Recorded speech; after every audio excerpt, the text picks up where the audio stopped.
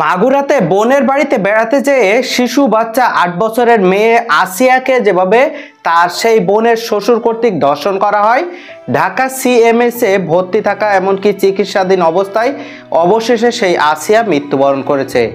চোখ দিয়ে পানি চলে আসবে ছোট একটি বাচ্চা মেয়ে যেভাবে নৃশংসভাবে সেই রমজানের ছুটিতে বোনের বাড়িতে বেড়াতে যেয়ে তার শ্বশুর কর্তৃক ধর্ষণ, এমনকি এক পর্যায়ে যেভাবে চিকিৎসাধীন অবস্থায় সেই আসিয়া মৃত্যুবরণ করেছে, শুনলে এমনকি পরিবারের মানুষের হাহাকার দেখলে আপনার চোখ দিয়ে পানি চলে আসবে।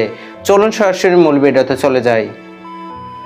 আসসালামু আলাইকুম, নতুন একটি ভিডিওতে স্বাগত। আমি মেশরুমান। আপনি যদি আমার চ্যানেলে নতুন হয় তখন অবশ্যই চ্যানেলটি সাবস্ক্রাইব করে পাশে থাকা নোটিফিকেশন বেল আইকনটি অন করে দেবেন। ইতিপূর্বে চ্যানেলটি সাবস্ক্রাইব করে থাকলে আপনাদেরকে অসংখ্য ধন্যবাদ। মাগুরাতে যেখানে ঈদ ও রমজানের ছুটিতে ৮ বছরের শিশু বাচ্চা মেয়ে তার বোনের বাড়িতে বেড়াতে যেয়ে সেই আসিয়া যে নাকি সেই বোনের শ্বশুর কর্তৃক ধর্ষণ, এমনকি সজীব শেখ সেই বোনের জামাই যে নাকি তার পিতাকে সহায়তা করে, এমনকি শাশুড়ি যে নাকি চিকিৎসার উদ্দেশ্যে মাগুরা স্বাস্থ্য কমপ্লেক্সে নিয়ে যাওয়ার চেষ্টা করলে বাধা প্রদান করে, এমনকি এক পর্যায়ে যেভাবে স্থানীয় মানুষের সহায়তায় আসিয়াকে চিকিৎসার জন্য মাগুরা স্বাস্থ্য কমপ্লেক্স, এমনকি পরবর্তীতে উন্নত চিকিৎসার জন্য ঢাকা সিএমএসে স্থানান্তর করলেও সেখানে অবশেষে আসিয়া যে নাকি মৃত্যুবরণ করেছে। ইতিপূর্বে আসিয়া নামে যে মেয়েটির ছবি সামাজিক যোগাযোগ মাধ্যমে প্রচার করা হয়েছে সেটি ভারতের এক শিশু বাচ্চা, এমনকি সেখানে আসিয়া হত্যার বিষয় নিয়ে যেভাবে সাধারণ মানুষ বিচার চেয়েছে, চলুন সেই ভিডিও ক্লিপ দেখে আসি, তারপর সে সম্পর্কে তথ্য নেব।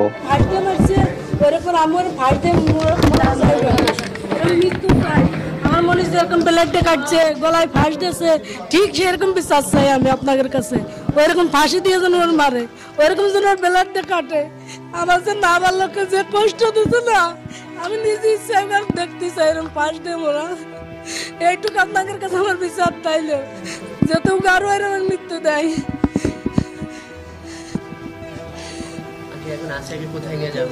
আছে এখন গ্রামের বাড়ি যাবে।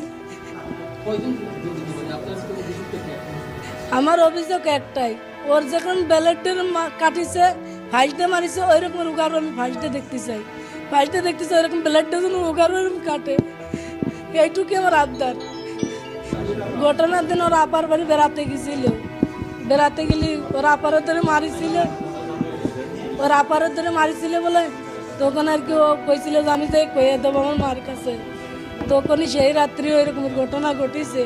বড় মায়ের ইচ্ছা আমি তোমার আলাদা করে থুয়ে দিছিল। পরে 11টার সময় আমার কাছে ফোন দিয়েছে যে আপনার মনে অসুস্থ। আমি যাই দেখি যে সদরে ভর্তি করছে মাগুরা দিয়ে, তুই উনি পলাইছে ওই মহিলা। ওর জানাজার ব্যাপারে কিছু জানাবেন? জানাজা গ্রামের বাড়িতে। আমি পরিবারের পক্ষ থেকে বক্তব্য এতটুকুই আছে যেন ওদেরকে, আন্টি যেটা বললেন, ওদেরকে জন্য ফাঁসি দেওয়া হয়। যারা এই আসিয়ার হত্যার সাথে জড়িত সবার ফাঁসি চাই আমরা। আমাদের আর কোনো বক্তব্য নেই। দ্রুততার সঙ্গে যত দ্রুত সম্ভব ওদেরকে ফাঁসি দিতে হবে। আর একটা এখানে আর কোনো কথা নেই, কথাই একটাই। আপনি শুনছেন যে আন্টিও সেম কথাটাই বললেন যে আন্টি এভাবেই দেখতে চায়। আন্টি দেখলেন যে আসিয়া হাসপাতালে আসার পর থেকে এই পর্যন্ত যে কি পরিমাণ, যেমন কালকে তার 4 বার কার্ডিয়াক অ্যারেস্ট হয়েছে, 4 থেকে 5 বার। আজকে সকালে তার 3 বার কার্ডিয়াক অ্যারেস্ট হয়েছে। তার এই কার্ডিয়াক অ্যারেস্ট হলো তো উনি তো ওখানে উপস্থিত ছিলেন। উনি ওনার মেয়ের কষ্টটা এখন একদম চোখের সামনে থেকে দেখছেন। উনি এটা মার পক্ষ থেকে এটা নেওয়া সম্ভব না। তার এটা সুস্থ একটা মেয়েকে সে তার বোনের বাসায় গেছে, সে আজকে সে লাশ হয়ে বাড়িতে ফেরত যাচ্ছে। তো এই যে একটা নিষ্ঠুরতম হত্যাকাণ্ড, নিষ্ঠুরতম ধর্ষণ, এটার সঙ্গে যারা জড়িত ছিল প্রত্যেকেরই শাস্তি হওয়া উচিত, এবং এই শাস্তি সর্বোচ্চ শাস্তি। যেমনি ভাবে আসিয়ার গলা আপনারা জেনে থাকবেন, আসিয়ার কোমায় চলে গেছিল। ও 3 দিন আগে ও কোমায় চলে গেছে। ও জিসিএস স্কোর 3-তে নেমে গেছে। এটা সর্বনিম্ন, যেটা ও যখন আসে প্রথম দিন ওকে 8 পেয়েছিলেন ডক্টররা। তারপরের দিন এটা 6-এ গেছে। তারপর থেকে এটা ফল করা শুরু করছে। লাস্ট হচ্ছে আপনার এটা 2 দিন আগে রাত্রে সে কোমায় চলে গেছে। ওর ব্রেন কাজ করছিল না। তারপর থেকে আস্তে আস্তে ইয়াগুলা, ওর সুগার লেভেল বেড়ে গেছে, ওর পটাশিয়াম কমে গেছে, তারপরে হচ্ছে যে ওর লবণ বেড়ে গেছে, নানান ধরনের জটিলতা তারপর থেকে শুরু হয়ে গেছে। তো শেষমেশ গতকাল রাত্রেই আন্টি বলতেছিল যে ওর আজকে সকালে বলতেছিল, মানে এটা শুধু আমাদের জন্য নয়, এটা এটা পুরো বাংলাদেশের জন্য একটা লজ্জা, এবং পুরো বাংলাদেশ আমরা আমাদের বোন আসিয়ার কাছে এটার জন্য ক্ষমা প্রার্থী। সত্যি বলতে আমরা যখন আমাদের একজন মায়ের এভাবে সন্তান হারানোর আহাজারি দেখি, তখন আমরা আমাদের জায়গা থেকে বাকরুদ্ধ হয়ে যাই, আমাদের কিছু বলার থাকে না। কিন্তু এমন ঘটনা এর পূর্বেও অসংখ্য হয়েছে। এখন সবচেয়ে বড় কথা হচ্ছে, অন্তর্বর্তীকালীন সরকার বলি, বাংলাদেশের যেই সরকারে আসুক তার কথাই বলি না কেন, মানে আমাদের না এখন সবচেয়ে বড় দায়িত্ব, আমাদের বোনকে আমরা যেভাবে হারালাম এর জন্য যারা দায়ী তাদের সর্বোচ্চ দৃষ্টান্তমূলক যে শাস্তি, মৃত্যুদণ্ড, সেটাকে যে কোনোভাবে, যে 90 দিনের একটা সময় দেওয়া হয়েছে বেঁধে, এটার মধ্যে শেষ করা। বাংলাদেশে আজকে থেকে যদি 5-10 বছর আগে আমাদের বোন আসিয়ার মতো যারা ধর্ষণের শিকার হয়েছিল তাদের বিচারগুলো হতো, তাহলে আমাদের বোন আসিয়াকে আমাদের এভাবে হারাতে হতো না। আমরা আমাদের এই বিচার ব্যবস্থায় নানা রকম রাজনৈতিক হস্তক্ষেপ দেখেছি, এই বিচার ব্যবস্থায় আমরা দীর্ঘসূত্রিতা দেখেছি। আমরা সামগ্রিকভাবে কোনোদিন একটা দেশে যেমন বিচার ব্যবস্থা থাকা উচিত এটা দেখিনি।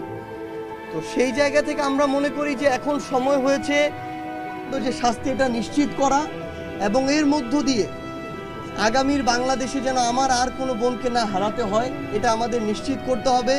এবং এটা যদি এবার আমরা না পারি তাহলে আমরা দিন শেষে ব্যর্থ হয়ে যাব, কিন্তু আমরা আর এই ব্যর্থটা হতে চাই না।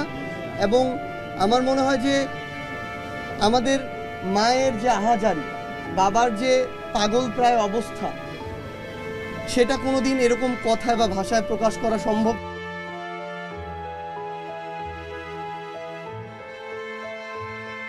পুরো বাঙালি আজ আসিয়ার কাছে লজ্জিত।